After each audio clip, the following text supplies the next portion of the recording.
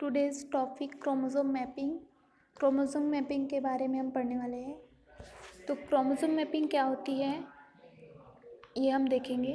Chromosome mapping को सबसे पहले स्ट्रटवैन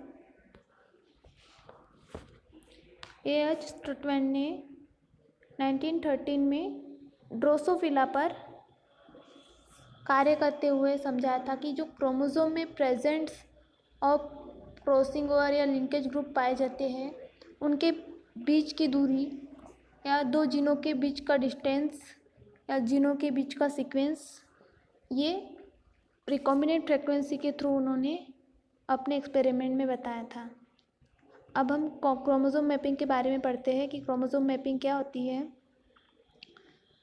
ये साइंटिस्ट हो गए स्टुवर्ट ने क्रोमोसोम मैपिंग को सबसे पहले ड्रोसोफिला के ऊपर अपने प्रयोग में बताए थे और फर्स्ट मैप जो था वो ड्रोसोफिला के ऊपर इन्होंने रिकॉम्बिनेंट फ्रीक्वेंसी निकाल के क्रोमोसोम मैप या क्रोमोसोम मैपिंग की थी। इसके बाद क्रोमोसोम मैपिंग को समझने के लिए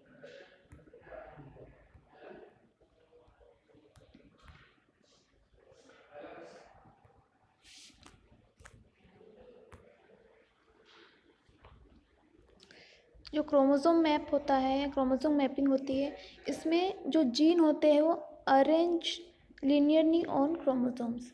ये क्रोमोसोम पर जो जीन होते हैं वह लीनियरली अरेंज होते हैं। जैसे ये क्रोमोसोम्स हो गया, इस पे जीन्स प्रेजेंट रहेंगे 1 A B C D, ऐसे लीनियरली अरेंज रहते हैं।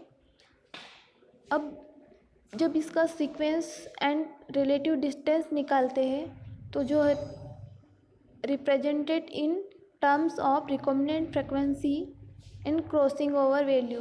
तो इसकी जो क्रॉसिंग ओवर वैल्यू है और रिकॉम्बिनेंट फ्रीक्वेंसी निकालते हैं। तो रिकॉम्बिनेंट फ्रीक्वेंसी निकालने के लिए लिंकेज मैप में जिसे जो हमें F1 F2 पीढ़ी मिली थी उनके पैरेंटल कैरेक्टर्स और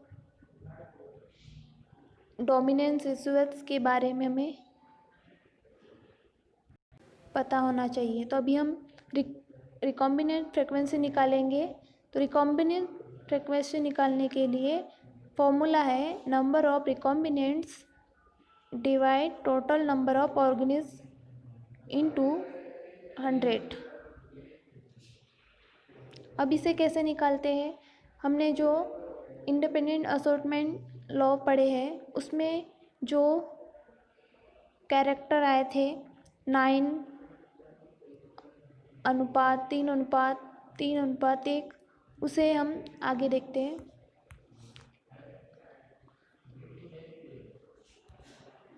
जो मेंडल्स के लॉ में हमने डाइहाइब्रिड क्रॉस कराया था उसमें हमें F2 जनरेशन में ये सीक्वेंस हमें मिला था 9:3:3:1। ये थे 9 डोमिनेंट थे और ये रिसीवर्स थे और ये थे रिकॉम्बिनेंट। तो अभी हम ये रिकॉम्बिनेंट फ्रीक्वेंसी निकालेंगे तो उसका फॉर्मूला है रिकॉम्बिनेंट्स। तो नंबर ऑफ रिकॉम्बिनेंट्स कितने यहाँ पे 3 टोटल हो गए 6। फिर टोटल नंबर ऑफ ऑर्गेनिज्म कितने हैं? ये 9 + 3 + 3 + 1 टोटल हो गए 16। तो उसको डिवाइड करेंगे 16 से इंटू 100 तो आंसर आ जाएगा 30.7.5%। तो ये जो हमें फ्रीक्वेंसी रिकॉम्बिनेंट फ्रीक्वेंसी मिली है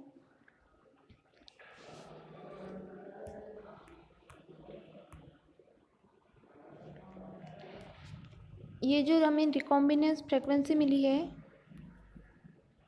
ये उस जीन के बीच की डिस्टेंस, उस जीन के बीच की दूरी और सीक्वेंस का अंतर है। जो क्रोमोसोम्स में जीन के बीच का डिस्टेंस 30.7.5 आया। अब इसे हम कुछ टर्म्स ऑफ यूनिट या मेजर करने के लिए कुछ मेजर करने के लिए जिन्हें उपयोग करते हैं, जैसे मिलीमीटर हो गया, लीटर हो गया, इस टाइप से मेजर करने के लिए कुछ टूल्स होते हैं। तो इसमें जो प्रोक्रेटिक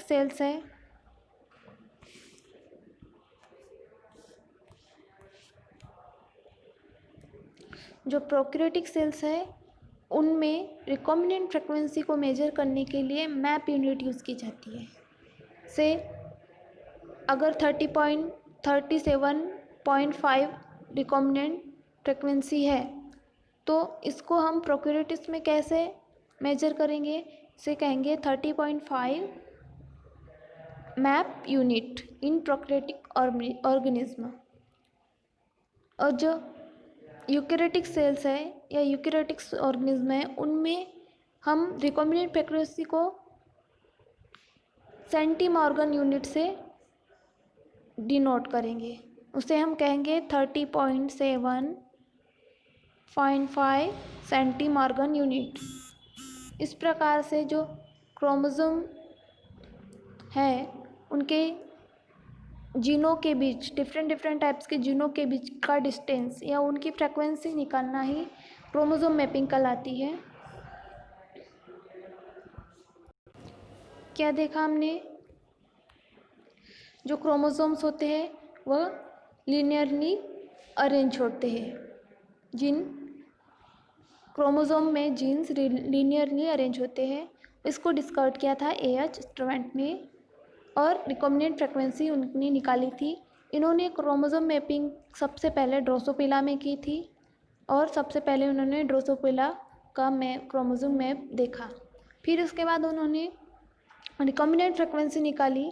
रिकॉम्बिनेंट फ्रिक्वेंसी निकालने के लिए उन्होंने एक फॉर्मूला दी है, नंबर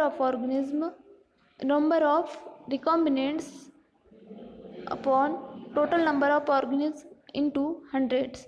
अब इन नंबर ऑफ ऑर्गेनिज्म में हमें, जैसे हमने वो मेंडल क्रॉस में डायहाइब्रिड क्रॉस कराया था, तब हमें एक अनुपात मिला था जो था 9:3:1, जो F2 पीढ़ी में मिला था हमें, F2 जनरेशन में।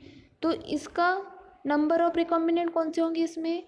ये हो गए डोमिनेंट नंबर, ये हो गए रिकॉम्बिनेंट नंबर, और ये रिकॉम्बिनेंट नंबर, और ये रिसीसिव नंबर। तो ये जो नंबर थे हमने देख रहे हैं यहाँ पे रिकॉम्बिनेंट नंबर। तो रिकॉम्बिनेंट नंबर ये है, तो इनका टोटल करेंगे हम तो नंबर ऑफ रिकॉम्बिनेंट कितने हो जाएंगे? 3 + 3 = 6। अब टोटल नंबर ऑफ ऑर्गेनिज्म की बात कर रहे हैं तो यहाँ पे टोटल नंबर कितने हैं इस ऑर्गेनिज्म में? 9 + 3 + 3 + 1, 9 + 3 + 3 + 1, टोटल नंबर ऑफ ऑर्गेनिज्म हो जाएंगे 16। तो 6/16 × 100। अब इसकी रिकॉम्बिनेंट फ्रिक्वेंसी आ जाएंगी 30.7.5। अब जो रिकॉम्बिनेंट फ्रिक्वेंसी आई है, इन्हें नापने के लिए या इनकी मैपिंग करने के लिए कुछ यूनिट्स होंगी। जैसे प्रोक्रेटिक सेल्स में इन्हें मैप यूनिट से मैपिंग करेंगे, और जो यूकेरियोटिक सेल्स है उनमें सेंटीमॉर्गन यूनिट से इसे मैप करेंगे। तो हमें क्या क्रोमोसोम मैपिंग से क्या पता चला है कि जो जीन है, जीन के बीच का डिस्टेंस कितना है, वह हम क्रोमोसोम मैपिंग के द्वारा मैप करते हैं। इसे हम क्रोमोसोम मैपिंग कहते हैं, जिससे हमें जीन का सीक्वेंस पता चलता है और इस क्रोमोसोम में डिफरेंट टाइप्स के जो भी जीन्स होंगे उनके बीच का डिस्टेंस, उनकी लोकेशन और उनका सीक्वेंस पता चलता है, जिससे हमें रिकॉम्बिनेंट फ्रिक्वेंसी के थ्रू इनका जो डिस्टेंस है, जीनों के बीच का डिस्टेंस है, उन्हें हम कैलकुलेट कर लेते हैं। इस प्रकार से क्रोमोसोम मैपिंग होती है।